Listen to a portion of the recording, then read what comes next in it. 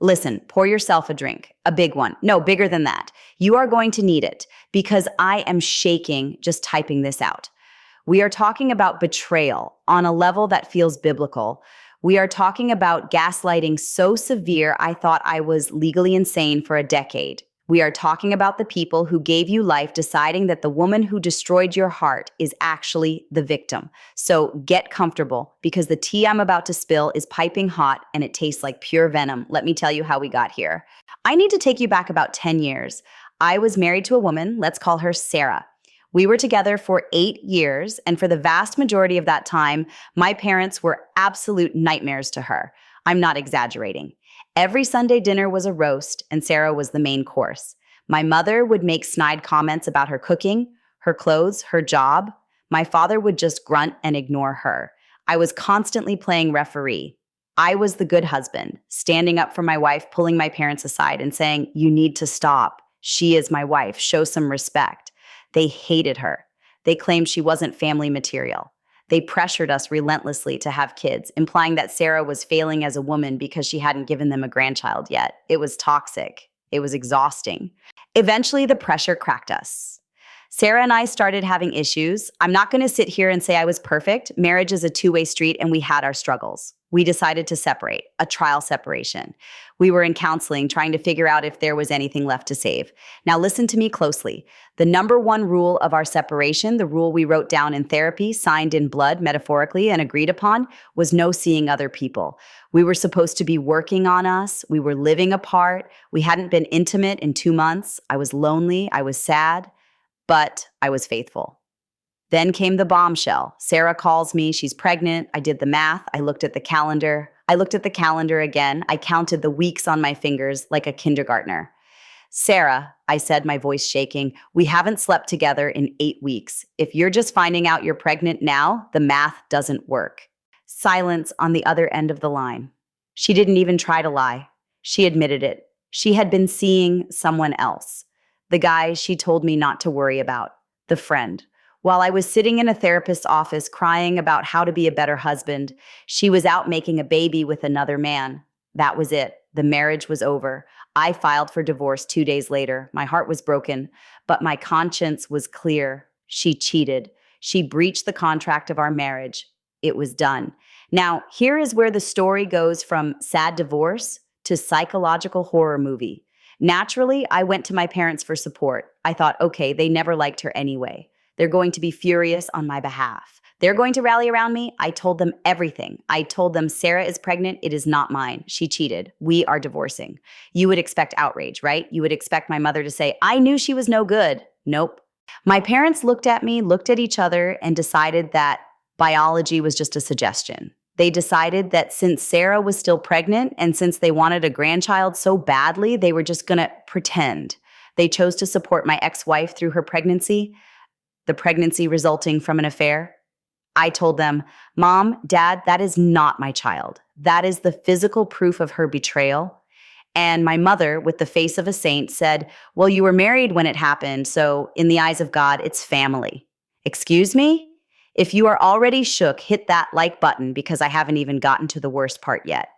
You think that's bad? Honey, we are just warming up. It didn't stop at the pregnancy. Oh no. They decided to play grandparents to this child. They showed up at the hospital. They bought gifts. They posted photos on Facebook captioned, "Our beautiful grandbaby."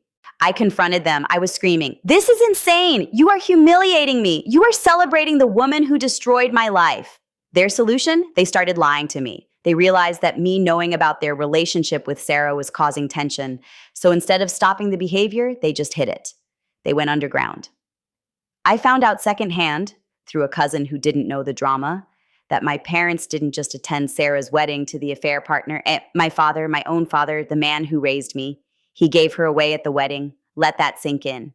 My father walked my cheating ex-wife down the aisle to hand her off to the man she cheated on me with. I saw the photos later. My dad in his best tuxedo, beaming like he was the proudest man on earth. My mother wiping away a tear in the front row. They looked happier at her second wedding than they ever did at mine. It has been 10 years. 10 years. They now play grandparents to that kid, plus the 2 additional kids Sarah had with her new hubby. They go on family vacations with them. They go to Disney World. They spend Thanksgiving with them. And me, I'm the villain. I feel like I lost my parents in the divorce. Actually, it's worse than that. It's like they died and were replaced by pod people who only care about appearances. I can't talk to them because they just lie. Oh, we're just staying home this weekend, my mom will say. Then I log on to Instagram and see a tagged photo of them at a barbecue at Sarah's house, holding her kids, laughing with the man who wrecked my marriage. This brings us to last Christmas. This was the breaking point. I hadn't heard from my parents about holiday plans. Usually, there's a group chat with my siblings. This year, silence. I called my brother. Hey, what's the plan for the 25th? He got quiet. You didn't get the invite? No, I said, my stomach dropping. What invite? What? Mom and Dad are hosting, he said, his voice tight. But Sarah and her family are staying there for the whole week. I froze. My ex-wife, her husband, and their 3 kids were sleeping in my childhood bedroom. They were waking up to my mother's pancakes. They were opening presents under my family's tree. And that is why I wasn't invited. My parents, knowing I wouldn't come if she was there, decided it was easier to just exclude me, their actual son. I drove over there. I shouldn't have, but I was seeing red. I needed them to say it to my face. I walked in, and the house looked like a Norman Rockwell painting from hell. Sarah was in the kitchen helping my mom. Her husband was watching football with my dad. When I walked in, the music stopped. Everyone froze. My mother wiped her hands on a dish towel and looked at me like I was the intruder, like I was the rude one for crashing their party. Why? I asked. I didn't even yell. I was too hurt to yell. Why are they here and I am not? My father stood up. You're being ridiculous, he said. It is our Christian duty to look out for the child. You abandoned that boy. He isn't my son, I snapped. We have been over this for a decade. The DNA isn't mine. The timeline isn't mine. You were married, my dad repeated like a broken record. You are the father on paper, and you abandoning him is a sin. We are just stepping up where you failed. They blamed me. They looked me in the eye and told me that the family was broken because I couldn't get over the past. They told me that if I would just forgive and forget, we could all be one big happy family. They wanted me to sit at the table, break bread with my cheater ex, and play uncle to her affair babies. And because I refused, because I have a shred of self-respect, I am persona non grata. I am the one destroying the family. I walked out of that house and I haven't been back since. But the guilt is eating me alive. Everyone in my family, aunts, uncles, cousins, they all treat me like the black sheep. They think I'm a bitter, angry man who holds grudges. So, am I the asshole? Am I the one destroying the family? Should I just suck it up and play nice with the kids I want nothing to do with, just so I can have my parents back? Make sure you're subscribed, because the update I'm about to drop is going to make you scream. You think the toxicity ended there? Oh, honey, we haven't even talked about the therapist. Update 1, 2 weeks later. I read your comments. I read every single one of them. And honestly, I cried. You guys validated feelings I have been suppressing for 10 years. Reading comments like, remind them she broke the marriage covenant and it's crap that they picked her over you. It was like waking up from a coma. I realized I wasn't the crazy one. They are. I decided to take the advice many of you gave, low contact. I didn't make a big dramatic announcement. I didn't write a letter. I just stopped. I stopped calling to check in. I stopped texting in the group chat. I stopped trying to force myself into a space where I wasn't wanted. And you know what happened? Nothing. Silence. They didn't reach out. They didn't ask why I've been quiet. It's been 2 weeks and my phone hasn't buzzed once from them. It hurts. I'm not going to lie to you and say I feel liberated and amazing. I feel like an orphan. I realized that for the last decade, I was the only one holding the rope. I was the one doing all the work to maintain a relationship with people who would trade me in for a stranger. Low contact has basically become no contact by default. It sucks, but it's also peaceful. I don't know what they're doing. I don't know if they're having Sunday dinner with Sarah. I don't know. And for the first time in forever, I'm not having panic attacks about it, but I knew I needed help. So I did what everyone suggested. I printed out your comments, yes, literally printed them out on paper and took them to my therapist. And this brings me to update 2, the professional gaslighter.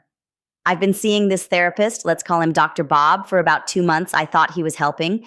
But after reading your comments, I started to see our sessions in a new light. I sat down, slapped the stack of Reddit comments on his desk, and said, Dr. Bob, thousands of strangers think my family is toxic and that I should cut them off. Why have you been telling me to apologize? Dr. Bob looked at the papers with disdain. He took off his glasses and gave me this condescending sigh. Elena, he said, you cannot listen to the internet mob. They don't know the nuance. Cutting off family is a radical act. You need that support system. If you cut them off, you have no one. He started berating me, literally scolding me like a child. He told me that forgiveness is for the forgiver and that by holding on to my anger, I was only hurting myself. He told me I should write a letter of apology to my parents for creating distance and invite them and Sarah to a neutral ground dinner. I sat there listening to him talk and I felt something snap. Apologize? I whispered. Apologize for what? For not wanting to watch my dad play house with the man who slept with my wife? It's about being the bigger person, Dr. Bob said. I stood up. I don't want to be the bigger person. I want to be the person with boundaries. I walked out. I didn't even pay the copay for that session. Okay, they bill my card automatically, but in my head, I stiffed him. That was in March. I haven't been back to therapy since. And honestly, I think Dr. Bob was part of the problem. He was just another authority figure telling me that my feelings were inconvenient. Final update, the price of peace. It's been months now. After stopping contact with my family and firing Dr. Bob, my life got weird. I found that I had a really hard time being around my friends. I became super anxious. Every time a friend would talk about their family or their parents, I would freeze up. I started second-guessing every interaction. Do they think I'm dramatic too? Are they judging me? I felt like I was covered in drama stink and everyone could smell it. So I pulled back. I stopped going to happy hours. I stopped answering texts. I isolated myself. I have a good work-from-home job, so I just worked. I threw myself into my career with the intensity of a maniac. I worked weekends, I worked nights, and it paid off, literally.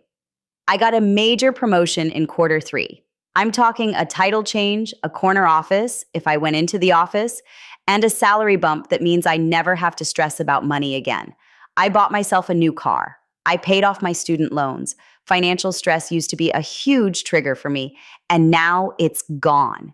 Spending my energy somewhere other than my own family has been life-changing. But here's the reality, and I want to be real with you guys because you've been real with me. It is lonely. I am sitting here in a beautiful apartment with money in the bank, a great job, and total peace. No one is lying to me. No one is gaslighting me, but I have no one to call. I started typing a text to my old friends yesterday. Just a simple, hey, sorry I fell off the face of the earth. I was dealing with some heavy stuff, but I deleted it. I feel like I don't know how to explain it. Once you realize that your own mother and father can replace you, that you are disposable to the people who are supposed to love you most, it breaks something inside of you. It makes you feel like no connection is safe. If my dad can walk my ex-wife down the aisle, why wouldn't my best friend betray me too? Why wouldn't my coworkers stab me in the back? I just don't feel like I know how to let anyone in anymore. I'm safer alone. So I deleted the text. I closed my phone and I ordered takeout for one. I guess the question I have for you guys to wrap this up is this. Is it better to be right, rich, and alone? Or was Dr. Bob right? Is a toxic family better than no family at all? Let me know in the comments because tonight the silence in my apartment is really, really loud. Stay safe, stay petty, and for the love of God, get a DNA test.